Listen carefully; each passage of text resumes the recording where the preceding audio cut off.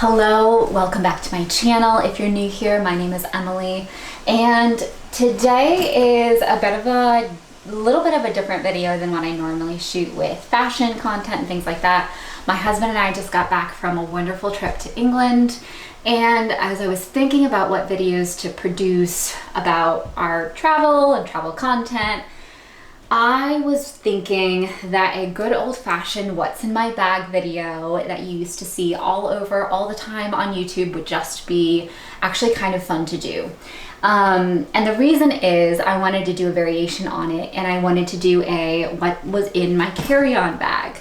So I took this bag with me on the plane to England. I also had like a very small backpack that I put under the seat in front of me that had a few essential items like my wallet and passport.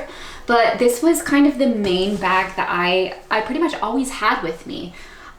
I thought it was a fantastic bag. I don't think I've ever really had a bag like this before, like a true weekender that I really utilized to its full potential. And I will say on this trip, I utilized this to its full potential. And it was amazing. So I wanted to talk through about this bag, what fits in it, and just a bunch of other things, why I loved it.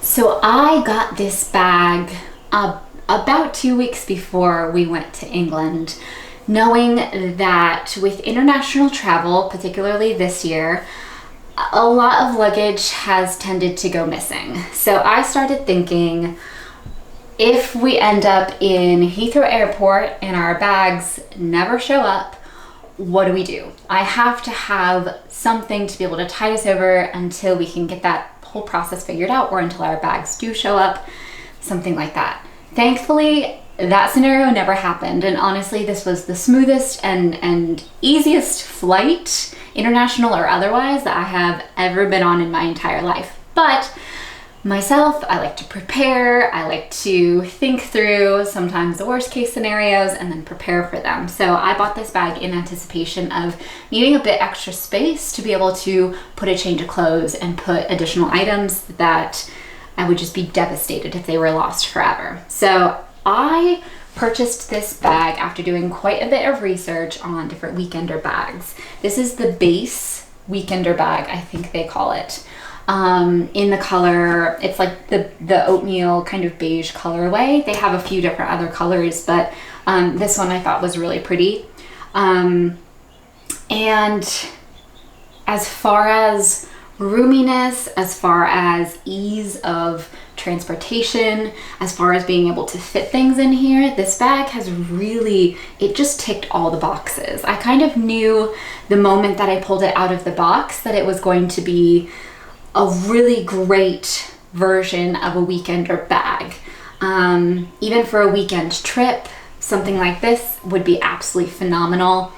But a few things I loved about it, since they're top of mind and fresh for me, I could very easily get this up into an overhead bin, especially on the international flights from Atlanta to London and London to Atlanta, where the overhead bins are much taller. I'm very short. I'm only 5'1"-ish. So it was very easy for me, if I needed to throw this up into an overhead and then take it down. It doesn't have wheels, so that can be a pro and a con, because if you're walking a long distance through an airport, it is nice to have something with wheels so you're not having to carry it. But oftentimes the suitcases, the hard-sided suitcases, especially with wheels, just tend to be much heavier and are much more bulky and cumbersome to have on a plane with you, and to try and get it up and down out of an overhead bin, even during the flight. So I did love that. I felt like the size was great. It didn't overwhelm me, but you can still fit a lot of things in here. So I wanted to kind of walk through what I actually fit in here, what I took with me on our international flight.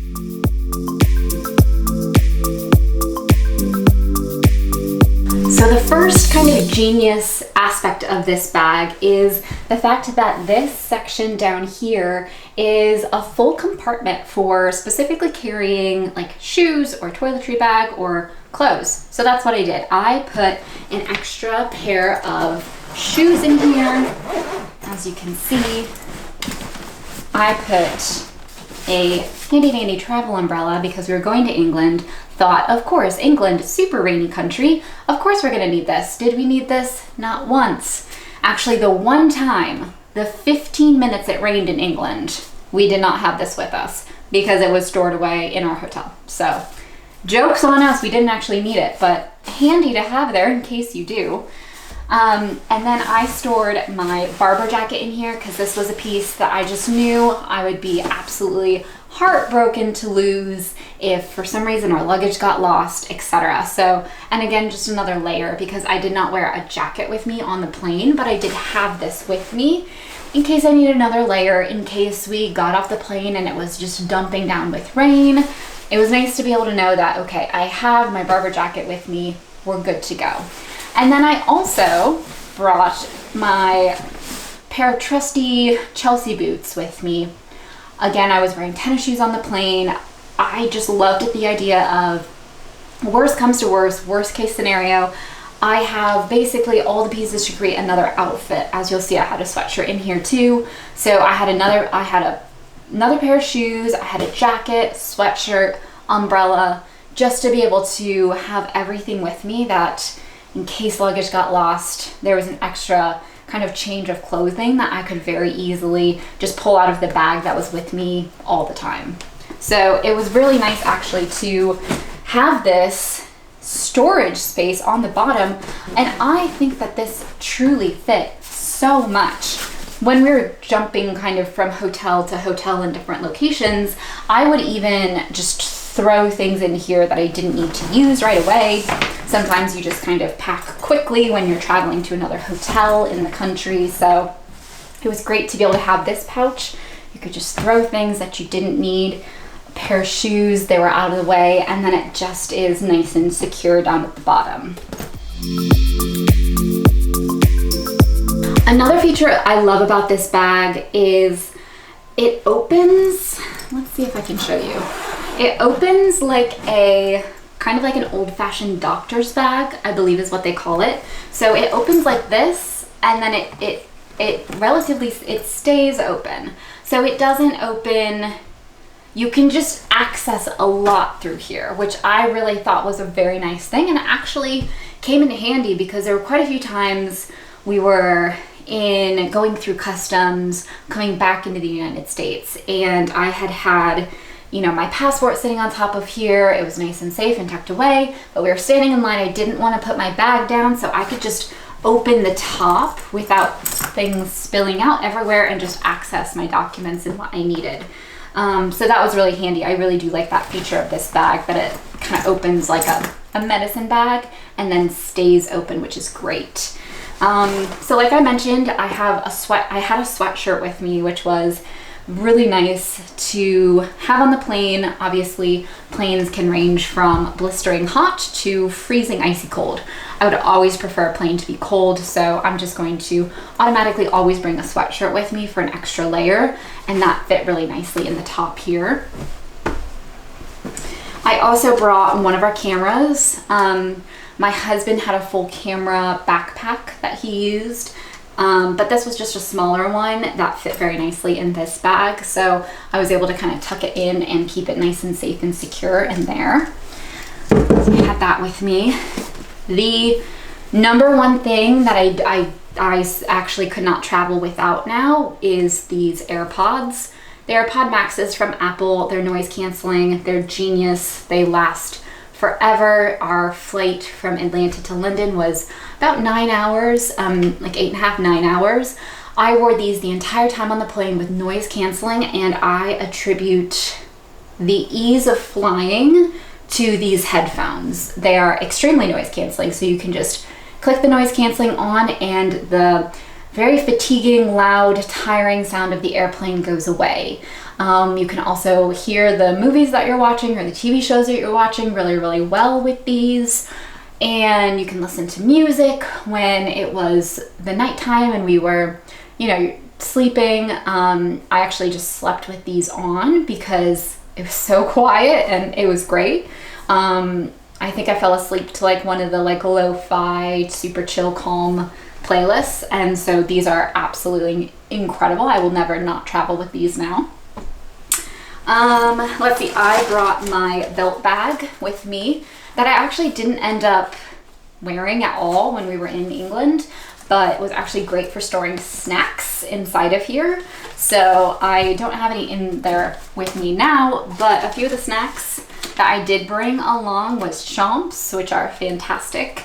Nothing terrible added to them, but a great source of protein.